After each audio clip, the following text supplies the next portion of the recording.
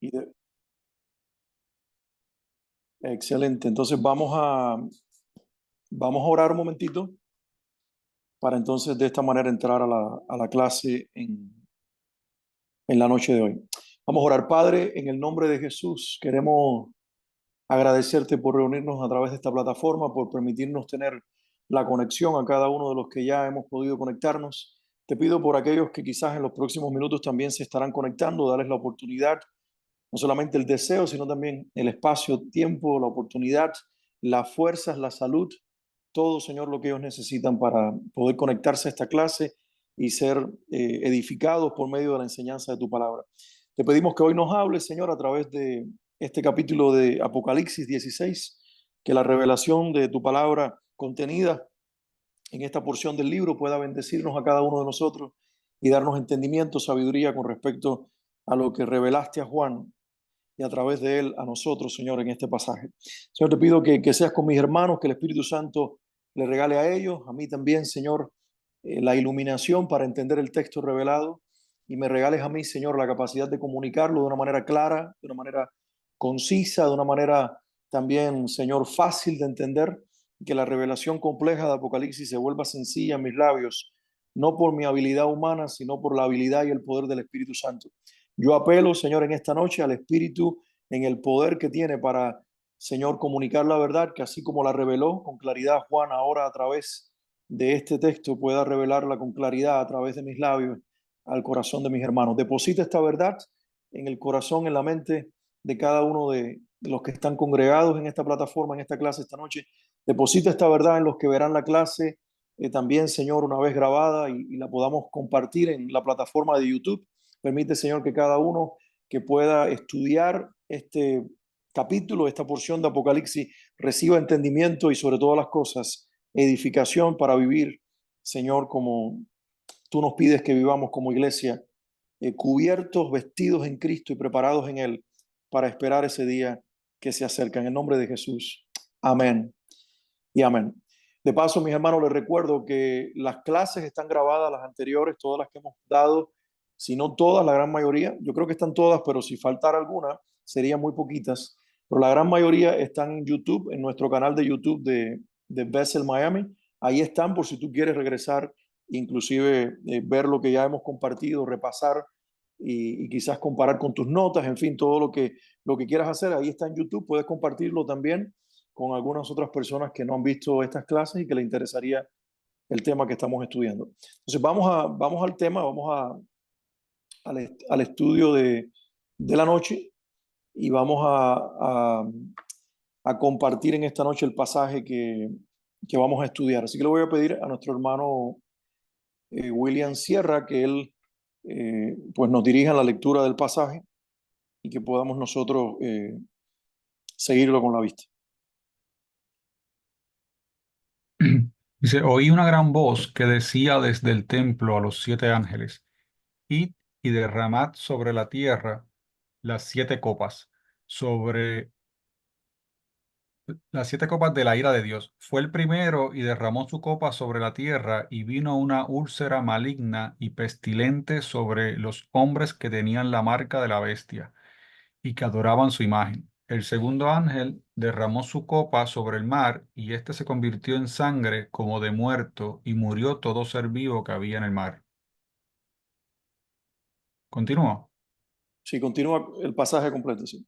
El tercer ángel derramó su copa sobre los ríos y sobre las fuentes de las aguas, y se convirtieron en sangre. Y oí al ángel de las aguas que decía, justo eres tú, oh Señor, el que eres y que eras el santo, porque has juzgado estas cosas, por cuanto derramaron la sangre de los santos y de los profetas, también tú les has dado a beber sangre, pues lo merecen.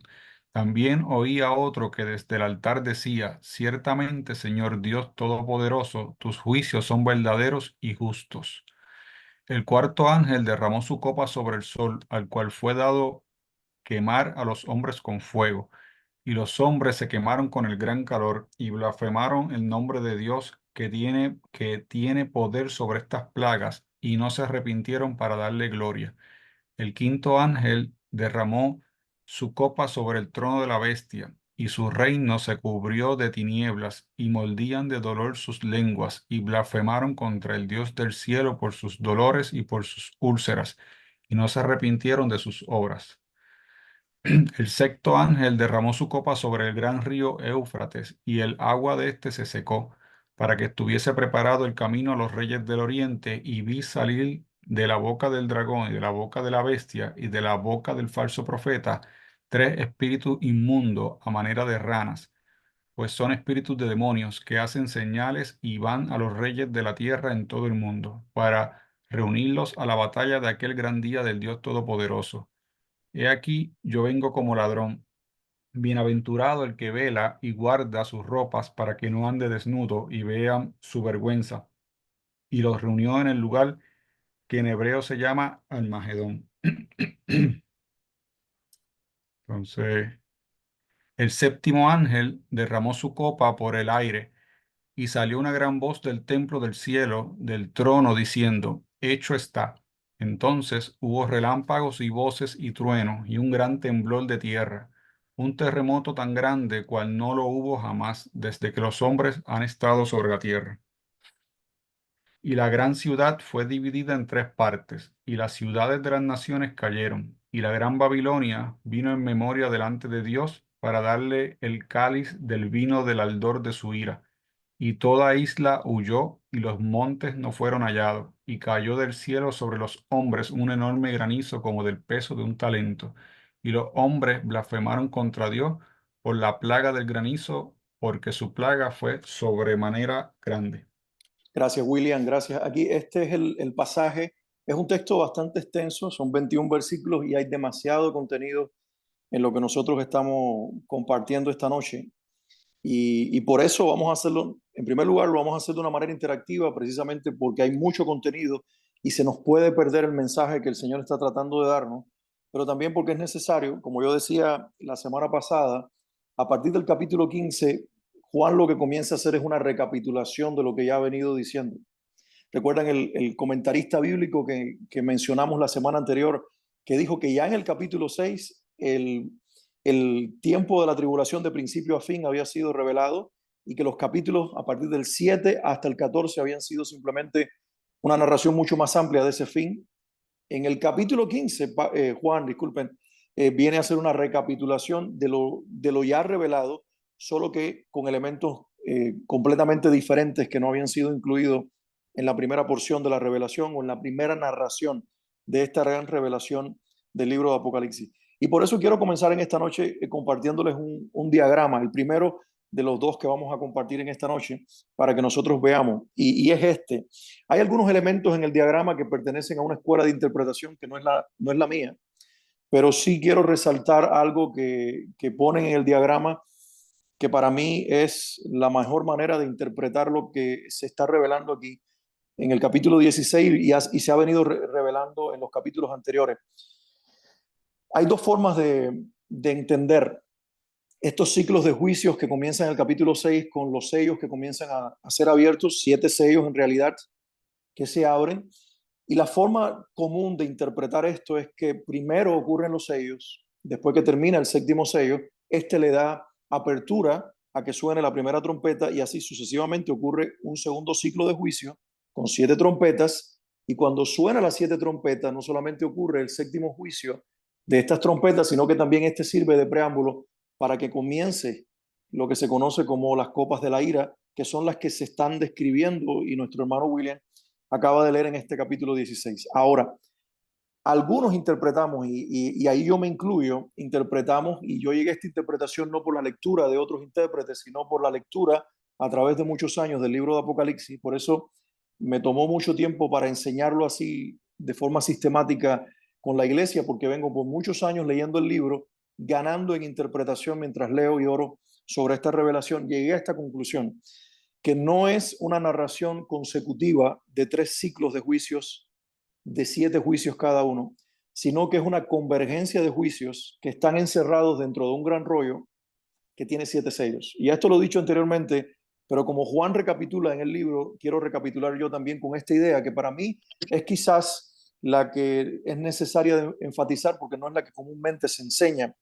Pero más allá de que nosotros eh, podamos tener o no esta forma de interpretación. No obstante, sería bueno que nosotros ganáramos esta percepción de esta revelación del libro de Apocalipsis. Entonces, ¿qué es lo que estoy diciendo para explicarlo de una manera clara? Hay un solo rollo donde está contenida toda la revelación de este libro, que tiene 7 sellos, y en la medida que se van rompiendo los sellos, se va viendo lo que está revelado en ese rollo y van ocurriendo entonces simultáneamente los sonidos de trompetas y el derramar de las copas. Y así ustedes ven en el diagrama, con la única diferencia de que quienes lo elaboran y presentan este diagrama pertenecen a la escuela amilenialista de interpretación. Y no quiero confundirlos, pero sí es necesario mencionar algunos términos que son teológicos o que son escuelas de interpretación, y que ustedes entiendan que hay más de una manera de interpretar el Apocalipsis. Los amilenialistas, que yo no me encuentro dentro de esa línea de interpretación, ya les voy a decir dónde me encuentro y dónde quizás ustedes también pudieran verse, pero los amilenialistas, que quizás es el caso de quienes elaboraron este diagrama, son una escuela que se les ha llamado de esta manera, aunque ellos dicen que no se les hace justicia con el término, porque la palabra amilenial significa prefijo a, sin, y milenial viene de milenio, lo cual entonces sería esta la explicación o la interpretación o la definición del término amilenial, sería sin milenio. Entonces se cree que los amileniales no creen en el milenio, en ese periodo de la historia que muchos creemos que se encuentra en el futuro nuestro. Y se dice que ellos, o se les eh, acusa, por decirlo de alguna manera, que ellos no creen en este milenio profetizado en las escrituras. Pero los amilenialistas se defienden y dicen, no, nosotros sí creemos en el milenio. Lo que pasa es que nosotros creemos en un milenio que se está cumpliendo ahora. Creemos en un Cristo que está reinando y ha reinado por 2000 años. Por lo tanto, para ellos milenio no es un periodo de 1000 años literalmente, sino un periodo extenso que ya lleva más de 2000 años de ejecución. Ellos creen que, si ustedes se dan cuenta, bajo el sello número 1 hay una descripción donde dice: la iglesia sufre persecución, pero es protegida por Dios para avanzar el reino, y entre paréntesis, Satanás está atado. Ellos creen que con la venida del Espíritu Santo, Satanás fue atado en cierta manera y la iglesia ha tenido libertad para operar avanzando el reino entre las naciones, y que luego han venido sucediendo una serie de eventos profetizados. Así que ellos creen que estos eventos convergentes que vemos aquí en el diagrama han venido ocurriendo a lo largo de la historia, y que en la medida que sigan ocurriendo nos estaremos acercando al final de los tiempos con la venida de Cristo. Y sí creen en una venida al final del periodo de la tribulación literal, como la creemos todos los cristianos. Entonces, esa es la posición de esta escuela milenial. Por otro lado está la escuela postmilenial. ¿Qué significa? Post significa después, milenial o milenio significa después del milenio, y entonces es una escuela de interpretación que cree que Jesús no vendrá hasta que la iglesia establezca el milenio en la tierra, hasta que la iglesia conquiste lo que ellos llaman los 5 o 7 montes principales de dominio, que son las artes, la educación, la televisión o la media, la educación, la política. Y menciono estos 5 porque creo que ahí se resume, aunque algunos hablan de otros 2 que de momento no recuerdo, pero ellos creen que si la iglesia logra conquistar todos estos lugares preeminentes de control, la iglesia establecerá el milenio y preparará el camino para que Cristo venga. Esa es la posición postmilenial, que por cierto es la que menos personas tiene adeptas a ello, pero algunos tienen esta forma de interpretar. Y luego venimos la gran mayoría, y ahí me encuentro yo y posiblemente muchos de ustedes, que somos premilenialistas. Y yo le añado que soy premilenialista histórico. ¿Qué significa eso? Bueno, creo que Jesús va a venir antes del milenio, después de la tribulación. Eso es lo que creo.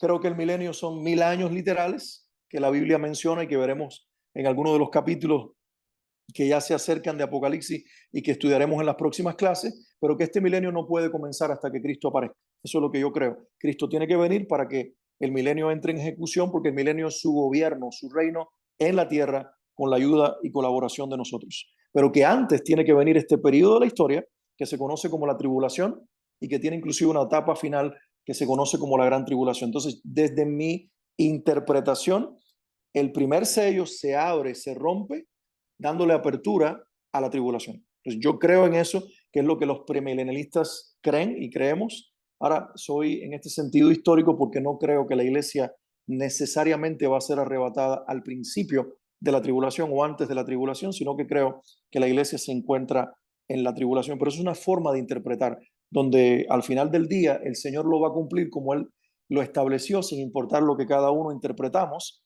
Lo que sí cada creyente tiene en común, sea amilenialista, postmilenialista o premilenialista, tenemos en común creer lo que la Biblia enseña, que Cristo volverá y que previo a que Él venga va a haber un periodo de juicio en incremento en la tierra, el levantamiento de un hombre de poder llamado el anticristo, una manifestación de Satanás, y que éste va a ser destruido con el poder de su boca, del poder del Señor Jesús, estableciendo así su reino con nosotros en una tierra renovada, etcétera, etcétera. Pero dentro de esa gran interpretación global que nos une a todos, hay diferentes interpretaciones.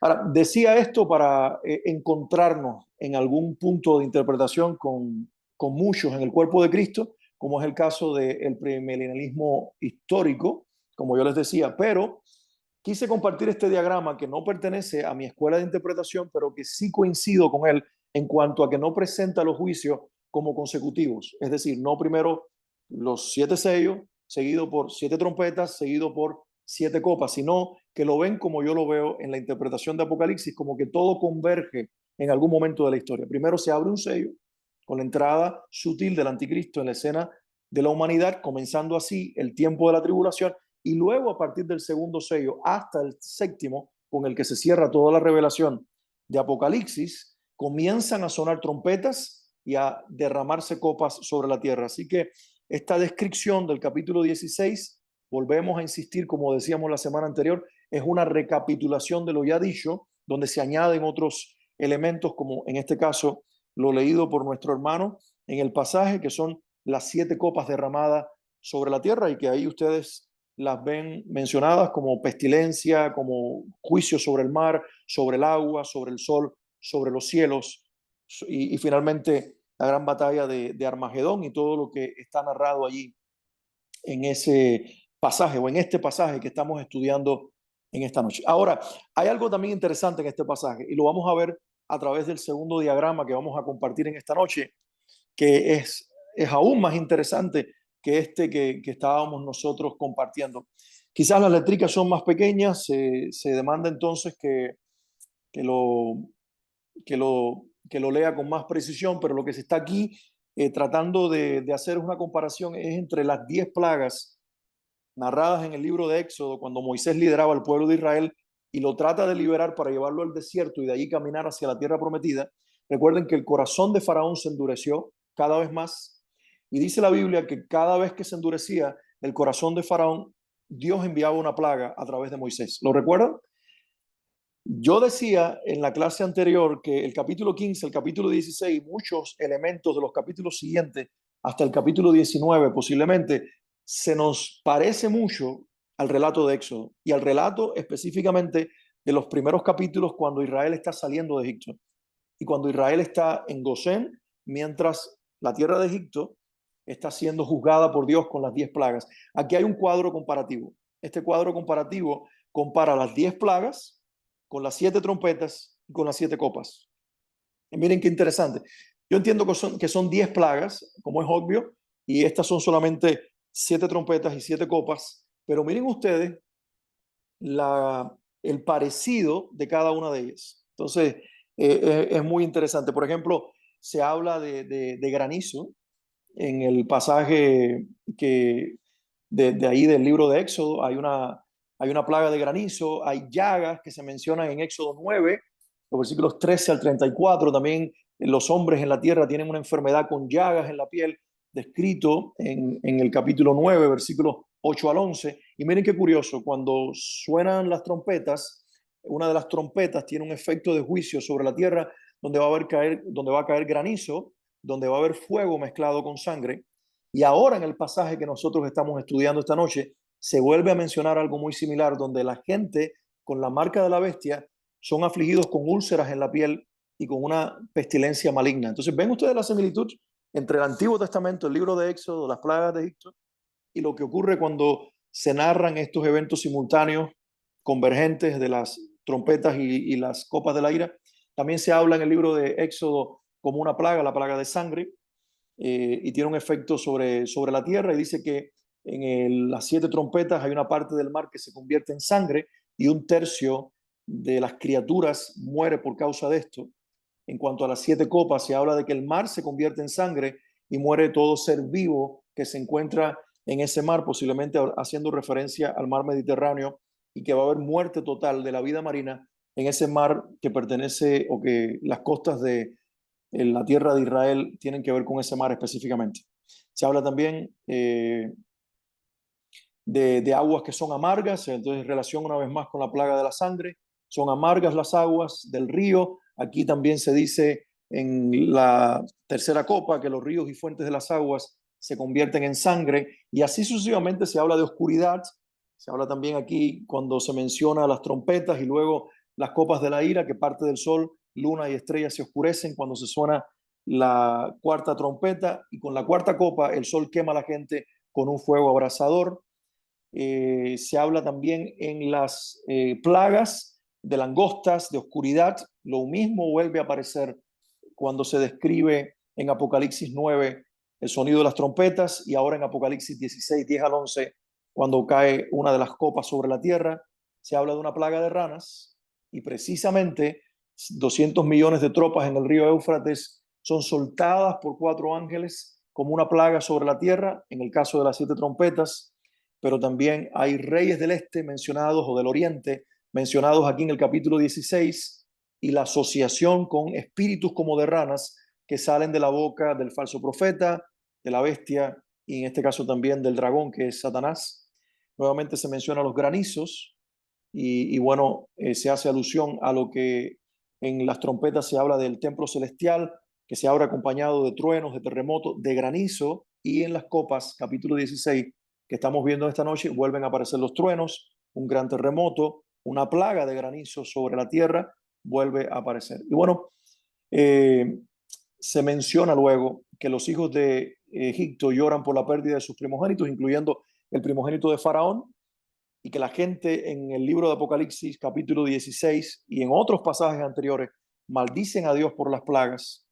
Faraón endurece su corazón, y luego vemos también en el tiempo de las trompetas, en el tiempo de las copas, que es una misma época donde convergen ambos juicios, los sobrevivientes de la tierra y de todas estas plagas que caen sobre la tierra como juicios finales de Dios, también se niegan a arrepentirse, se endurecen contra Dios y maldicen o blasfeman el nombre de Dios. Muy interesante. La pregunta es, ¿por qué Dios está haciendo un paralelo proféticamente hablando entre el tiempo de Moisés y el Israel que sale al desierto y de ahí a la tierra prometida, y este periodo de la historia en el libro de Apocalipsis? Bueno, algunos dicen, bueno, Dios otra vez en la historia, pero ahora en la historia futura, vuelve a liberar a su pueblo Israel de las garras del maligno, y en este caso del anticristo y su falso profeta y el mismo diablo, trayendo sobre la tierra juicios como los de las plagas en los días de Egipto, a diferencia que en aquel tiempo eran 10, ahora van a ser 7, 2 grupos de 7, 7 trompetas, 7 copas, e inclusive el abrir de los 7 sellos, y con esto Dios está liberando a su pueblo Israel. Muy bien, yo creo que eso es así, pero creo que se queda corta esa interpretación. Yo creo que Dios está diciendo, no se trata solamente del Israel geográfico que voy a redimir, o de los descendientes de Israel en las naciones de la tierra, es mi pueblo. Es la suma total de los redimidos, de los de sangre judía que van a ser traídos al Mesías por la fe en su nombre, y de la iglesia que ya fue redimida en Cristo a lo largo de todos los tiempos y que tiene una generación viva en esos días sobre la tierra, que también es protegida, es guardada por Dios y es librada por Dios aún en medio de los juicios que él envía sobre las naciones de la tierra. Entonces estamos viendo el paralelo profético de un Dios que juzga a sus enemigos literalmente con juicios, pero a la misma vez un Dios que protege a su pueblo sobrenaturalmente en medio de las naciones. Pero hay algo que muchas veces perdemos de vista y que hemos escuchado en otras ocasiones con respecto al libro de Éxodo. No sé si ustedes lo han escuchado antes, pero lo más probable que sí. Cada plaga que Dios dirigió hacia la nación de Egipto humillaba a una de sus deidades.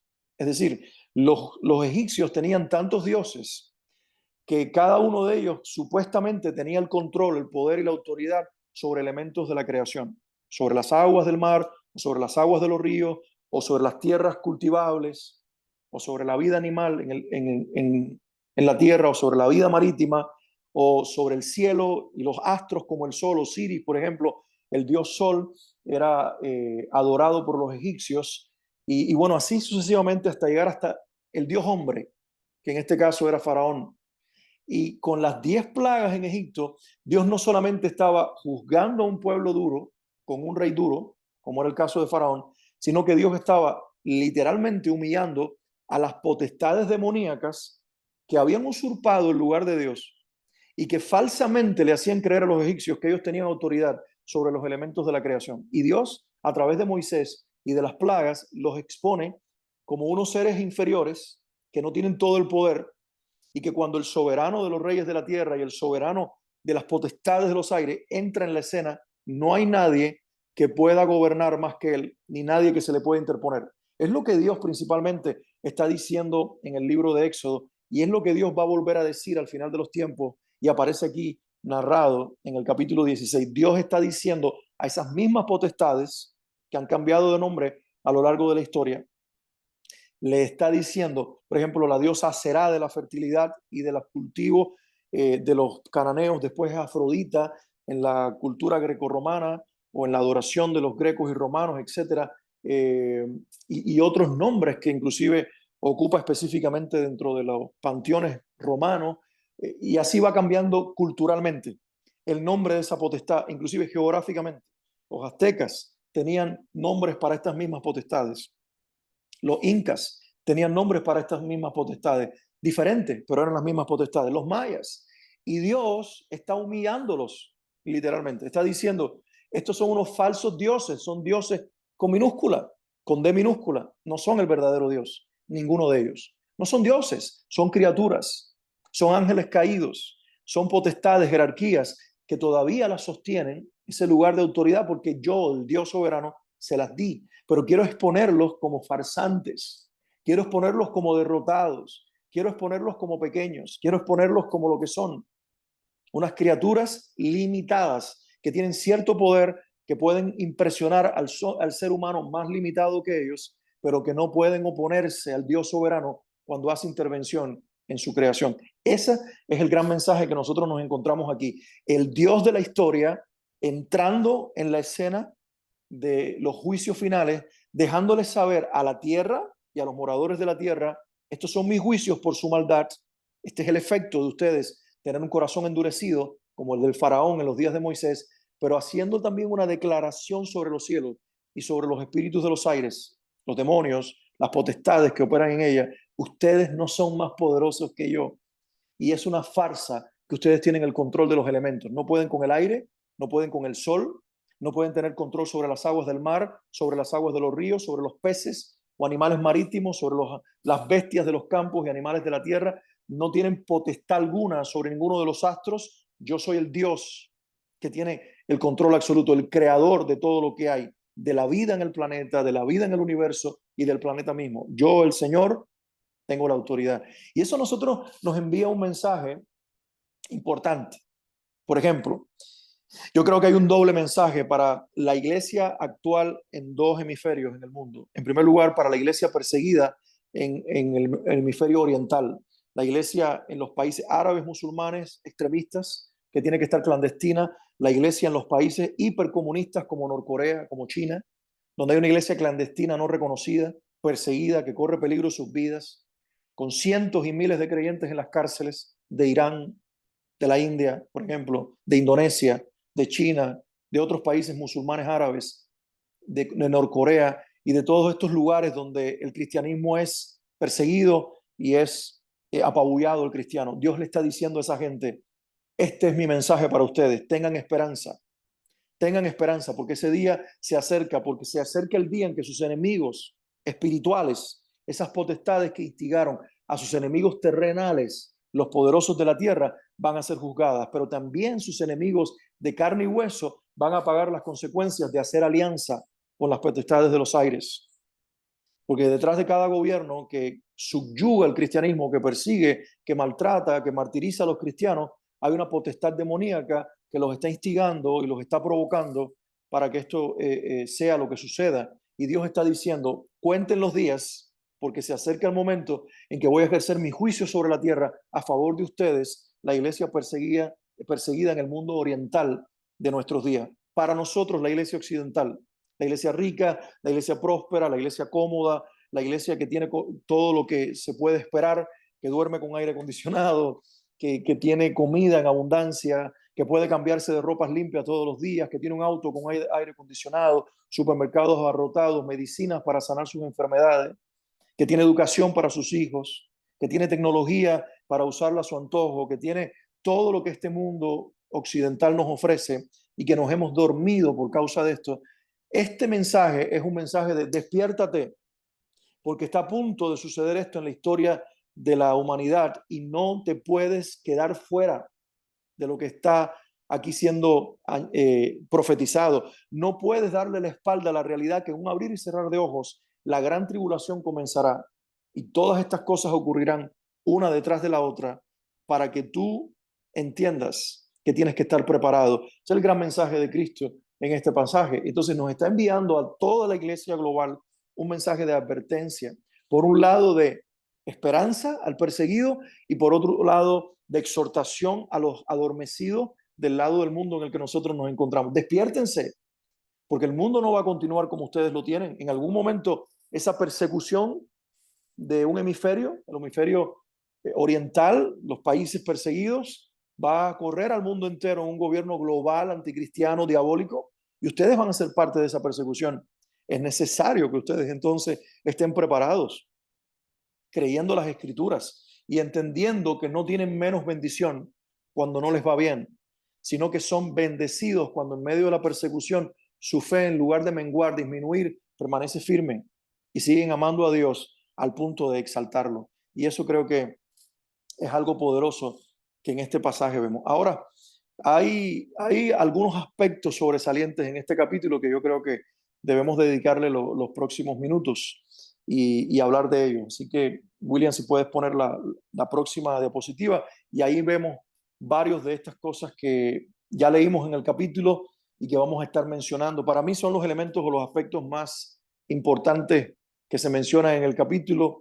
Puede ser que hay algunas cosas que escapen de esta lista, que no las vi. Si es el caso, ustedes pueden preguntarla después o pueden escribirme por privado o hacer una pregunta al final cuando tengamos un tiempo, los que están conectados en tiempo real, tengamos un tiempo al final, pueden hacer las preguntas que les surjan.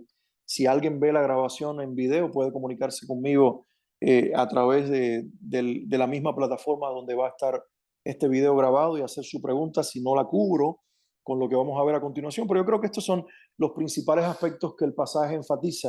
Y lo primero es esto. Recuerden que en el capítulo 15, la multitud sobre el mar de cristal mezclado con fuego. Recuerden, esos mártires de la tribulación cantaban una canción. Y ellos decían un par de frases interesantes. Ellos decían, grandes y maravillosas son tus obras, Dios de los santos. Justos y verdaderos son tus caminos. Bueno, los versículos 5 al 7 confirman esta canción con los juicios que están ocurriendo en la tierra. Si nosotros vamos al pasaje, yo lo voy a leer otra vez más, el versículo 5 y el versículo 7 dice Juan que él oyó al ángel de las aguas que decía, justo eres tú, oh Señor, el que eres y el que eras, el santo, porque has juzgado estas cosas por cuanto derramaron la sangre de los santos y de los profetas. También tú les has dado a beber sangre, pues lo merecen. Y también oí a otro ángel que desde el altar, en este caso la presencia de Dios, decía, ciertamente, Señor Dios Todopoderoso, tus juicios son verdaderos y son justos. Entonces aquí estos ángeles están afirmando que los juicios en la tierra confirman lo que cantan los mártires en el cielo. Qué curioso, mis hermanos, cuando nosotros vemos calamidades, Dios no tiende a ser exaltado. La iglesia, sobre todo la iglesia moderna y la iglesia occidental en la cual nosotros nos encontramos, tiende a alabar a Dios cuando es bendecida. Tiende a alabar a Dios cuando estábamos enfermos y Dios nos sana, cuando estuvimos al borde de la muerte y Dios nos libró, cuando estábamos en una crisis financiera y Dios abrió una puerta de prosperidad financiera, cuando estábamos en una crisis familiar y Dios sanó a la familia, restauró el hogar, etcétera, etcétera.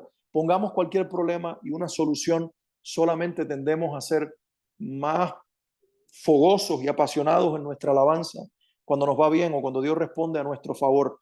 Pero Apocalipsis nos presenta ángeles del cielo haciéndose eco de la iglesia en la tierra, que sabe reconocer la justicia y la grandeza de Dios cuando los juicios se manifiestan. Grande y maravilloso Dios, justo y verdadero Dios, están declarando estas figuras angelicales, diciendo, los juicios, Señor, que están siendo ahora mismo derramados sobre la tierra y están ocurriendo en tu creación, confirman lo que los mártires cantaban en el capítulo anterior. Tú eres justo, tú eres santo, tú eres verdadero. Y qué tremendo, ¿verdad? Que todo exalta a Dios. Yo creo que deberíamos ganar esta visión. Y si no podemos de manera natural ganar esta visión de Dios, pedirle al Espíritu Santo que nos permita a nosotros cobrar esta visión de Dios. Señor, queremos verte en todo y queremos verte como Job en su momento vio a Dios. Alabaré a Dios y lo reconoceré solamente en lo bueno, o también a Dios cuando Él en su autoridad y soberanía me permita atravesar por lo que no es tan agradable. Dios dio, Dios quitó, sea el nombre de Dios bendito. Y esa misma visión antigua de los creyentes sobre la tierra vuelve a recuperarse en la visión del Nuevo Testamento y del Apocalipsis, particularmente cuando estos ángeles hacen esta proclamación y nos recuerdan, y Juan a través de ellos se deja usar por el Espíritu Santo para recordarnos que la iglesia debe recuperar esa visión de un Dios que es exaltado sin importar lo que esté ocurriendo en la tierra, y que los juicios también contienen la justicia perfecta de Dios, donde Él está juzgando justos juicios a favor de su pueblo y a favor de su nombre. El segundo gran aspecto que hay que resaltar en este pasaje es que se vuelve a mencionar el gran río Éufrates. Y se va a hablar acerca de un río que se seca. Miren qué curioso. Hoy mucho, inclusive ustedes pueden encontrar en YouTube, por ejemplo, en redes sociales, videos que alguien sube o ha subido donde se habla de que hay sequías parciales en puntos geográficos aislados del río Éufrates. Allí en esa zona. El río Éufrates es una gran masa de río que de cierta forma sirve como una pared entre Oriente, el este, y lo que se conoce como el Medio Oriente. De hecho, Napoleón en su momento, creo que el mismo Alejandro Magno, otros grandes conquistadores vieron al río Éufrates como una pared que les impedía a ellos seguir conquistando hacia el este o que les impediría a los emperadores de Oriente conquistar esta región del mundo, porque hay esta pared, este muro de agua, que es el río Éufrates, en medio que no permite el acceso. Pero aquí se nos habla de un río que se seca. Bueno, la ciencia y los videos modernos ya comienzan a hablar de una sequía parcial de este río. Y yo he escuchado a algunos que dicen, bueno, eso que está sucediendo ahora no tiene nada que ver con el versículo 12 de Apocalipsis 16, porque Apocalipsis 16 habla de una sequía total y de una forma casi inmediata. Y yo creo que sí, que va a ser así, va a ser un fenómeno natural impresionante donde se va a secar el río y se va a secar completamente para que quede en tierra seca y sea un camino para que los reyes del este, del oriente, puedan pasar en tierras firme y seca y entrar a lo que se conoce como el terreno del Medio Oriente y de ahí avanzar hacia Israel. Pero independientemente de eso, lo que está ocurriendo ahora son esas pequeñas señales que Dios pone en su creación para que no nos olvidemos de lo que Él profetizó y nos mantengamos expectantes de eso que viene por delante. Y cada vez que hay un aumento de la sequía del río Éufrates, lo que nos está diciendo el Espíritu a través de esto en la geografía del mundo y en la realidad de este río es, se acerca con mayor inminencia ese momento profetizado en mi palabra. Y cuando Dios aumenta las señales y aumenta la frecuencia de las señales, es como una mujer de parto. De hecho, así comparó Jesús los tiempos del fin. Dice, los tiempos del fin es como una mujer que se pone de parto y las contracciones aumentan. Mientras más aumenten y mientras, no solamente mientras mayores sean las contracciones, sino mientras más frecuentes sean, eso indica que el niño está a punto de nacer. Jesús dice, cuando vean que las señales aumentan, pero también la frecuencia es cada vez mayor, eso es un indicador de que mi venida está cerca. Y con este tipo de cosas que ya comenzaron a suceder, el Espíritu Santo nos está enviando un mensaje, nos está diciendo, prepárense, porque esto no es una fábula, esto no es el producto de un anciano senil que se creó una historia, esto es palabra de Dios, esto es profecía viva, esto es anunciamiento profético de lo futuro, pero que cada vez más es inminente para la regeneración de los que estamos vivos en la actualidad. Así que esto nos llama a prepararnos y a prepararnos espiritualmente de la manera correcta que en algún momento más adelante enfatizaré. El tercer aspecto que se señala precisamente son los reyes de Oriente. Se habla de reyes de Oriente que van a cruzar y posiblemente aquí se habla de potencias orientales. Quizás en esta descripción está incluida China, la China actual, esa potencia que todos conocemos que se despertó, ese gigante dormido del que habló Napoleón cuando puso su mano sobre el mapa mundi, sobre el lugar geográfico de China y dijo, aquí yace un gigante dormido, pero si se despierta, el mundo temblará. Bueno, ese gigante se despertó primero económicamente y con una astucia tremenda controló la economía del mundo y cada vez lo hace con mayor poder y ese gigante también militar que tiene y cuenta con un ejército de 200 millones.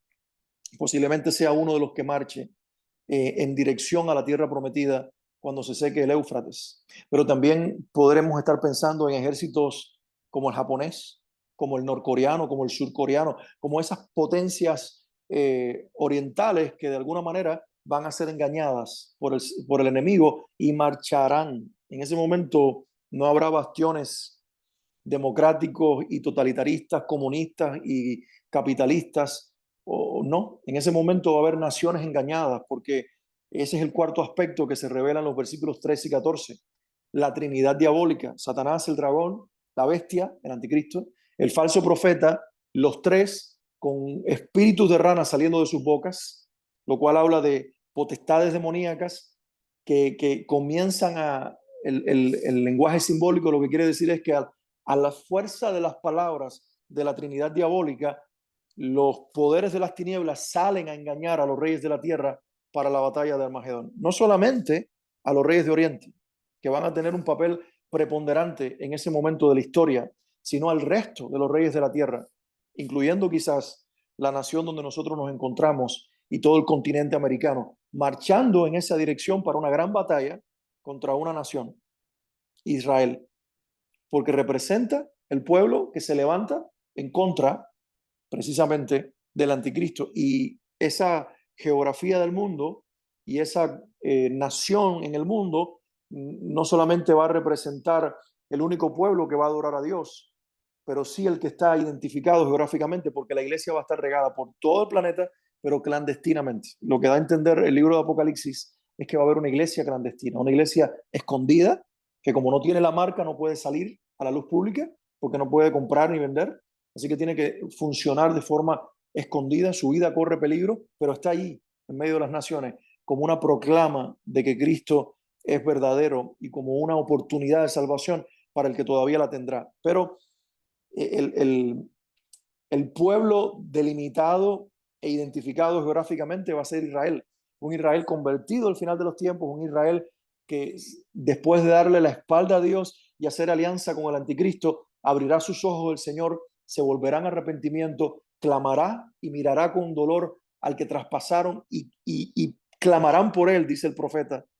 Y dice también el libro de Apocalipsis, y contra esa nación se levantarán las naciones de la tierra, porque esta Trinidad diabólica, con un poder del mismo infierno, el propio Satanás, su bestia o anticristo, el falso profeta, estarán instigando a las naciones para venir a lo que se conoce como el valle de Megido. Armagedón significa eso.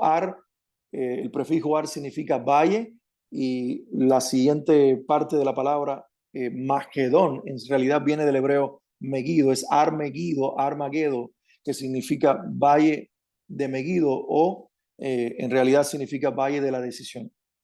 Este es un lugar que geográficamente se encuentra en la región, que quizás no tiene ese nombre en la actualidad, pero que se sabe y se identifica con el famoso valle de Armagedón, profetizado en Apocalipsis y que ya aparece inclusive en la Biblia mencionado como el valle de la decisión, el valle de Megido en el Antiguo Testamento, y que inclusive ha tenido un lugar en la profecía del pueblo de Dios y en la experiencia del pueblo de Dios en el pasado de una forma poderosa. Posiblemente el rey Josafat libró una batalla allí contra sus enemigos y salió vencedor.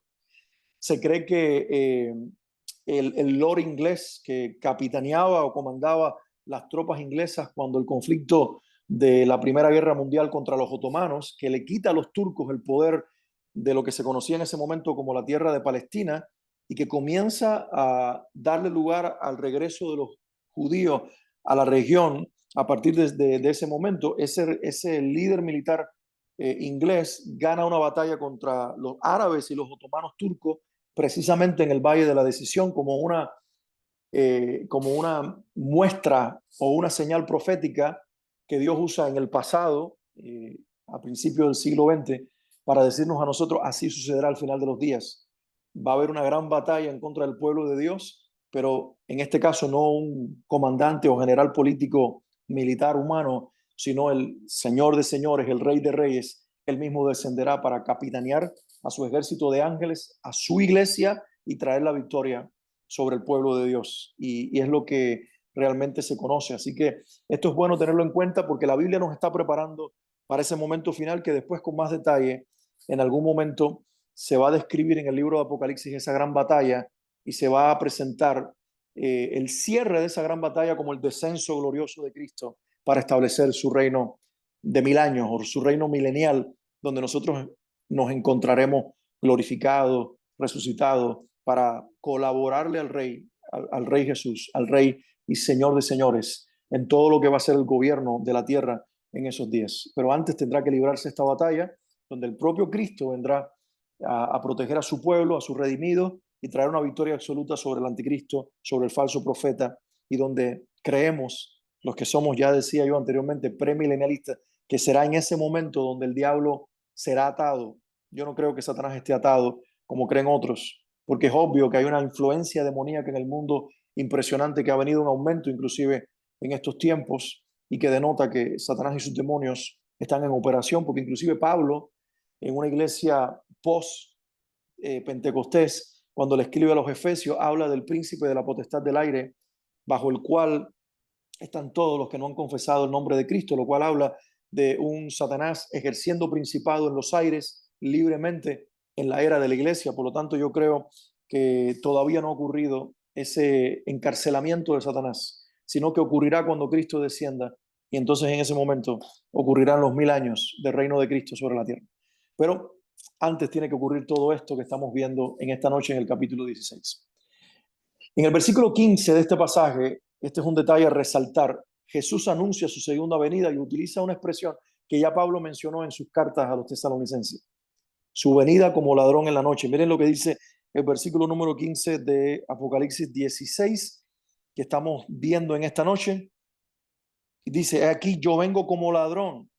No menciona en este caso la noche, Pablo sí dice como ladrón en la noche, y aquí Jesús dice como ladrón, se infiere que en la noche, no es que él va a venir en la noche, pero si no, se compara con un ladrón, y normalmente los ladrones roban en la oscuridad cuando la gente está dormida. Y a eso es lo que se está refiriendo tanto Pablo como ahora Jesús con esta expresión como ladrón. Dice, aquí yo vengo como ladrón, y recuerden el pasaje del tesalonicense, eso se asocia con la venida del Señor, y dice, yo vengo como ladrón, dice, bienaventurado el que vela. Mis hermanos, es obvio que cuando él habla aquí de que va a haber algunos que van a ser bienaventurados en ese momento final de la historia, es una referencia a una iglesia presente. Va a haber iglesia en los días de Apocalipsis. Los que creen en un arrebatamiento previo al tiempo de la tribulación, 7 años antes, yo respeto esa interpretación y creo que si Dios lo quiere, así puede ser y amén, que así sea.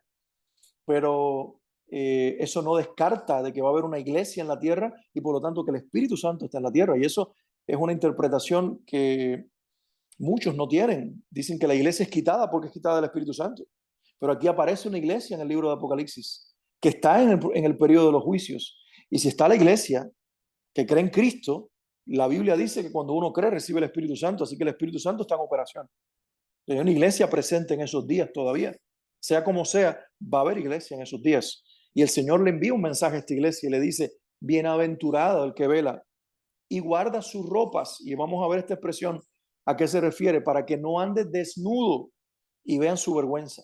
Entonces habla de una bienaventuranza del que vela, la misma que ya Jesús había usado esta expresión, velen, porque nadie sabe cuándo ese día ocurrirá. En Mateo 24, en Lucas 21 usó esta expresión. Pablo decía, velad y orad para que no sean sorprendidos como los que no tienen esperanza, como los que andan en la oscuridad, no ustedes que son de la luz, que no son hijos de ira.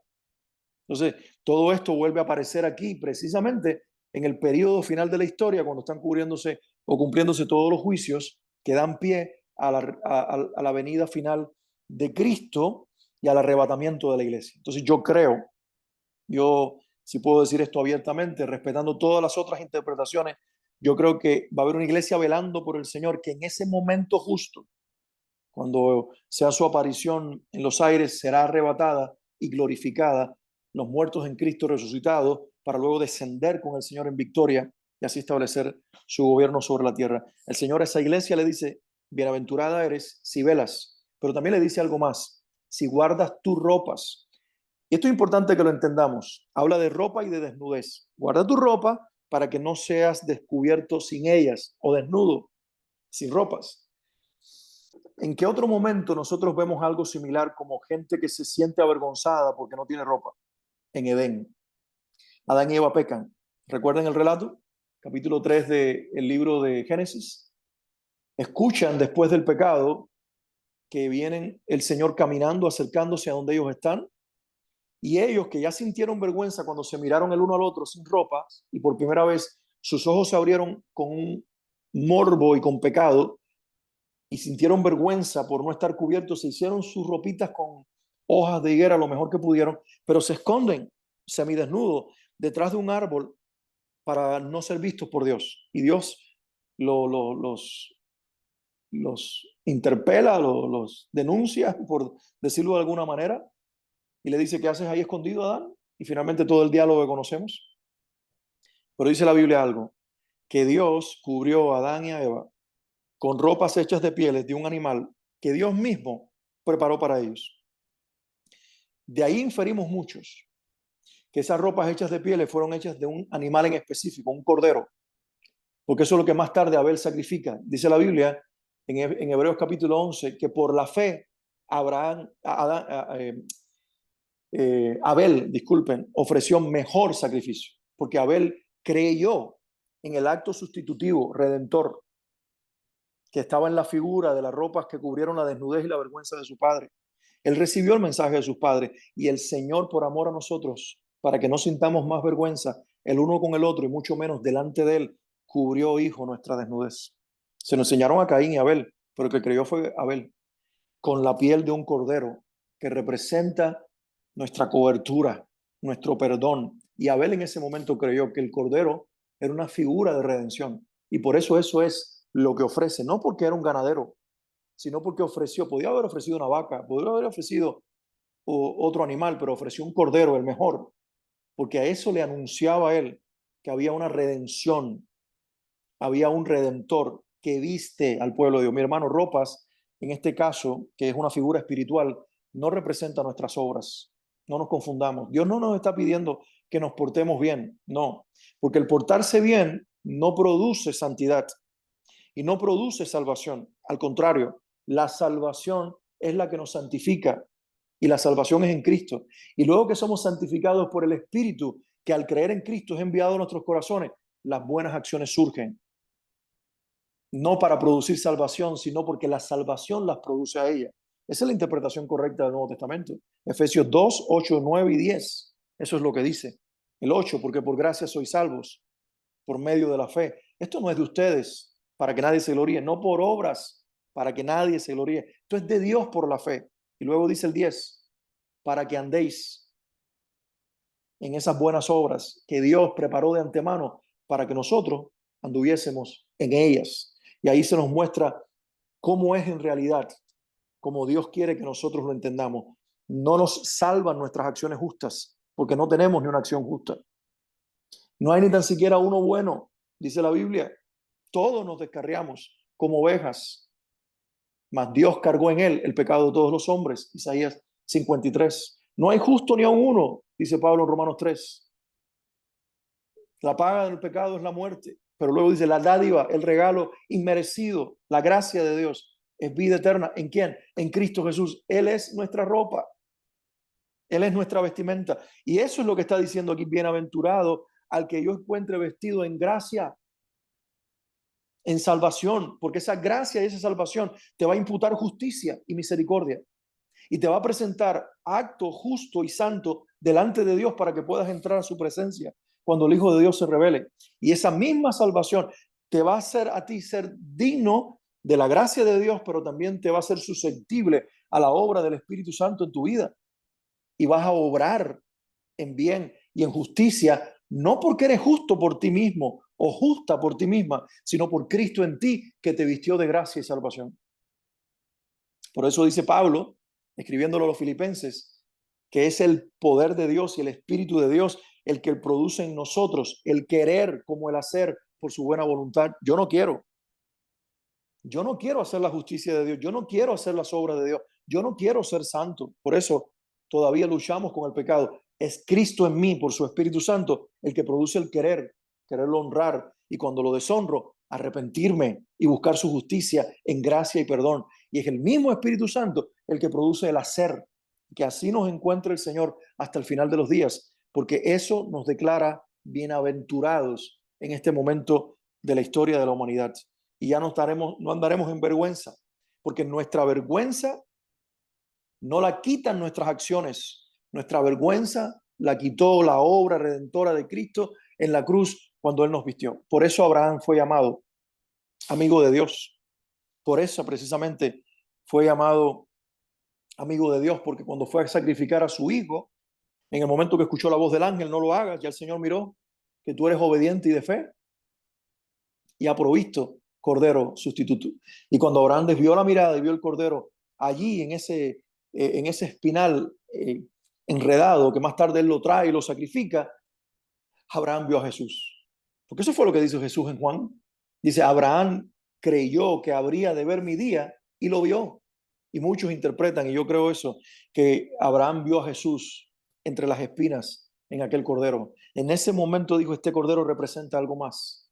Representa a mi sustituto, a mi redentor. Y se le abrió el corazón y creyó por adelantado en Jesús. Creyó que había de verlo y vio el día de Jesús, el día de la redención. Mis hermanos, es imposible ser vestido de la gracia y la justicia y ser un bienaventurado que verá el cielo y tendrá la eternidad si no lo hacemos en fe y para fe.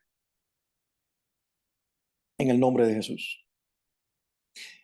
El otro aspecto en el versículo 17 es que el Señor Dios hace la sentencia final. Quiero leerla en el versículo 17. El pasaje dice, el séptimo ángel derramó la última copa que cierra los ciclos de juicio sobre la tierra. El séptimo ángel derramó su copa por el aire y salió una gran voz del templo, del cielo, del trono, diciendo, hecho está. Esta gran voz no es de un ángel, esta gran voz es de Dios. El cielo está cerrado y desde el trono sale la voz. Hecho está. Se terminó, se acabó. Esto ha llegado a su final. Y recuerden, todavía tenemos varios capítulos que faltan por leerse, pero lo que quieren es simplemente mostrarnos otras cosas que van a ocurrir en este periodo de la historia.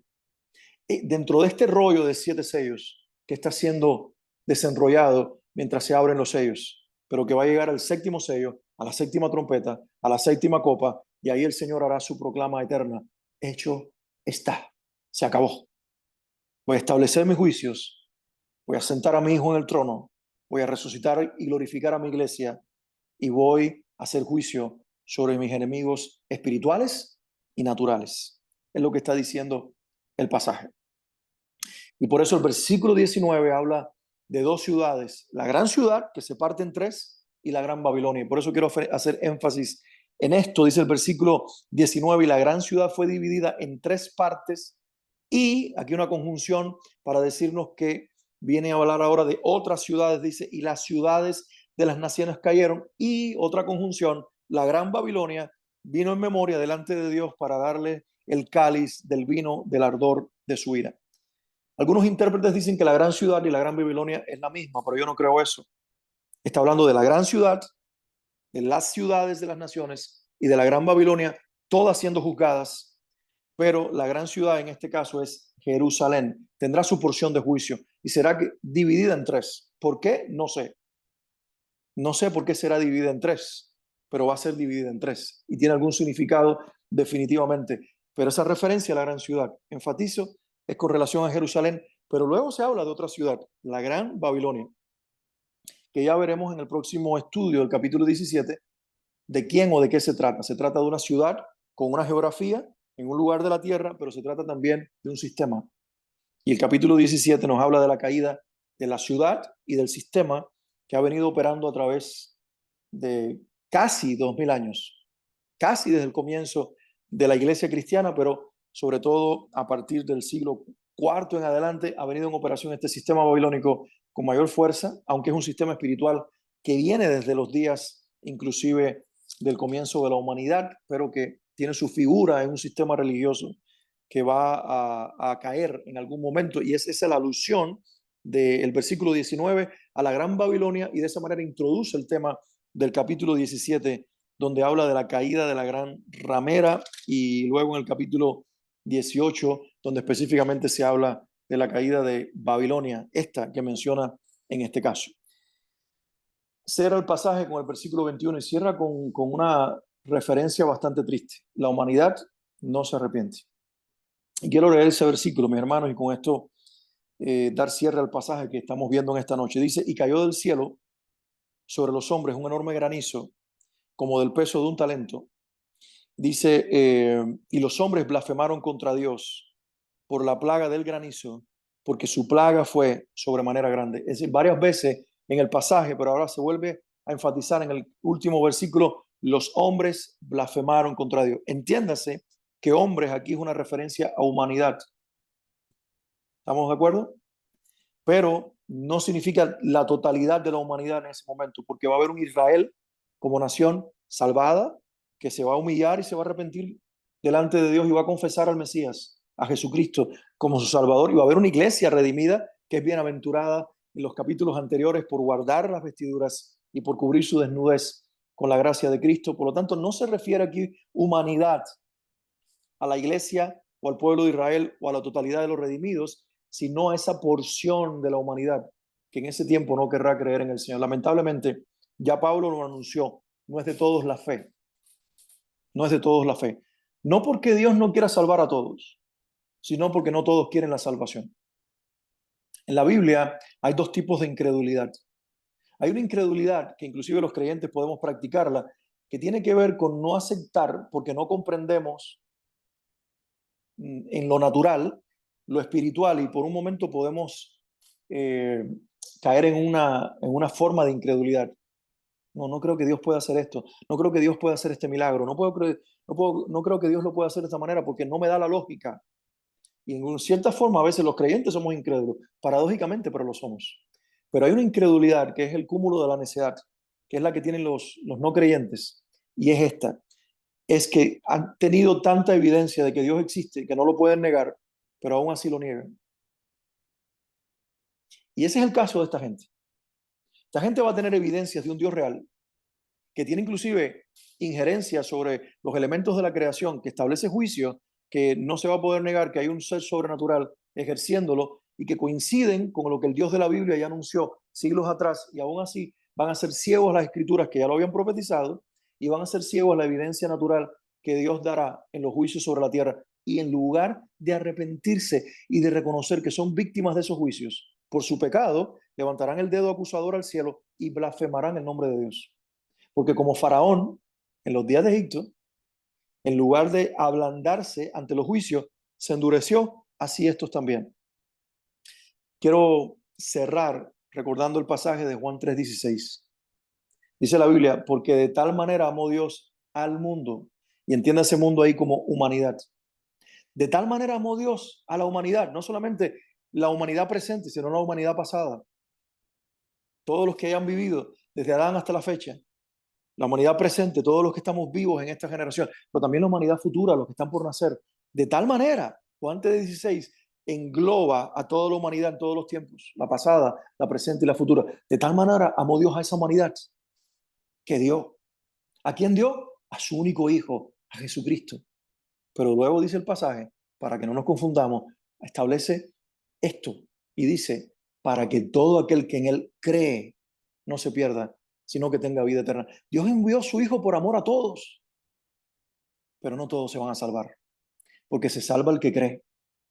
Se salva el que cree, se salva el que reconoce que lo que ocurre en la tierra no es el resultado de la maldad de un Dios que se cruza de brazos y que con corazón frío envía juicios a la tierra, sino que Dios, en su infinita justicia, tiene que permitir juicios que caigan sobre la tierra, porque ese es el resultado de nuestras acciones. Somos nosotros los que nos provocamos. Quiero casi cerrar con el recordatorio de esta entrevista cuando las Torres Gemelas cayeron, el juicio, por decirlo de alguna manera, de Dios a través de los islámicos cayó sobre New York, la nación americana y el mundo occidental. En una entrevista en la televisión se le dijo o se le preguntó a la hija de Billy Graham, el evangelista, se le preguntó a ella, ¿dónde estaba Dios cuando las Torres Gemelas caían y más de 3.000 personas morían en New York? Cuando cientos de personas encerradas en esos 3 aviones perdían su vida, ¿dónde estaba tu Dios? Y ella dijo, estaba en el mismo lugar que hace 2.000 años estuvo. Estaba sobre una cruz en el Monte Calvario, muriendo por cada persona que perdería su vida en esas torres y en esos aviones, e inclusive muriendo por los mismos perpetradores de este acto terrorista.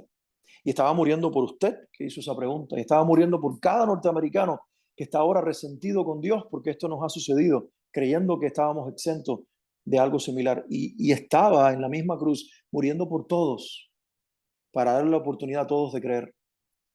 Pero una vez más, la humanidad vuelve a dividirse, dijo esta mujer, frente a la cruz.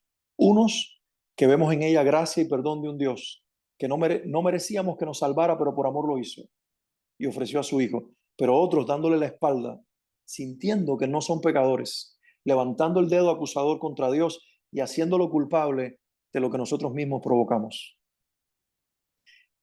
Apocalipsis nos está presentando esto, el gran contraste entre una iglesia perdonada, redimida, no porque es buena ni se lo merece, sino porque se humilló y se arrepintió. Y el gran contraste con una humanidad resentida y endurecida, siendo pecadora, pero no quiere reconocerlo. Niega la evidencia de Dios y niega la existencia de su pecado para seguir viviendo en él. Y por eso al final perecerán, porque tuvieron oportunidad de arrepentimiento y sin embargo negaron al Hijo de Dios. Mis hermanos, prediquemos el Evangelio para que todo el que quiera creer, crea. Y es verdad que no todos se salvarán, porque no quieren creer, pero todo el que se humille y confiesa a Jesucristo será salvo. Como dice la Biblia, a él mirarán todos los términos de la tierra y serán salvos. El que lo busque, el que se arrepienta, el que crea en él, tendrá salvación. Y ese, al final del día, es el gran mensaje de este libro, en el cual se rompen sellos, se suenan trompetas, se derraman copas. Al final del día, el gran mensaje de Apocalipsis es el mensaje redentor de toda la Biblia. El Dios del universo nos creó a su imagen para darle gloria a su nombre, pero nos rebelamos contra él y pecamos contra él. Pero así como al principio lo hizo, al vestir con gracia al hombre pecador y a la mujer pecadora con las pieles de un cordero, asimismo en la historia entró el Cordero de Dios y quitó el pecado del mundo en la cruz del Calvario. Pero lamentablemente, solo los que creen son libres de ese pecado.